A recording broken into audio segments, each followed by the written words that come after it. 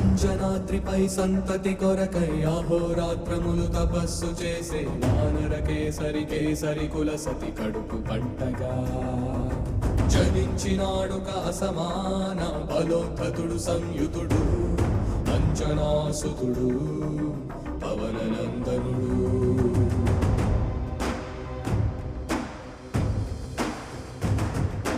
అరుణ కిరణముల ఉదయాత్మి గని అది పండిన తీయని పంటను కొని సూర్యమండలము పట్టి తినాలని ఊళ్ళూరే. తన దేహం మాటున రవి మరుగై జగము చీకటైపోగా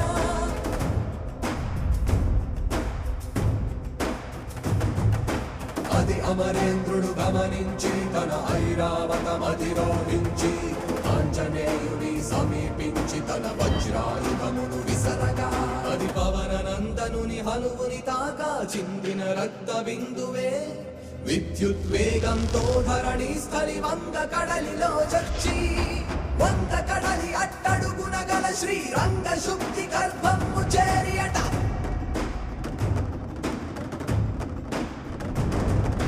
కాలక్రమమున ఘనీభవించి హనుమరుధిరమణి ఘృణి అయి అర్హత గల ఒక సహృదయునికై నిరంతర నిశ్చల నిరీక్షణం వర్ష సహస్రక నిరీక్షణం నిరంతర నిశ్చల నిరీక్షణం వర్ష సహస్రక నిరీక్షణం.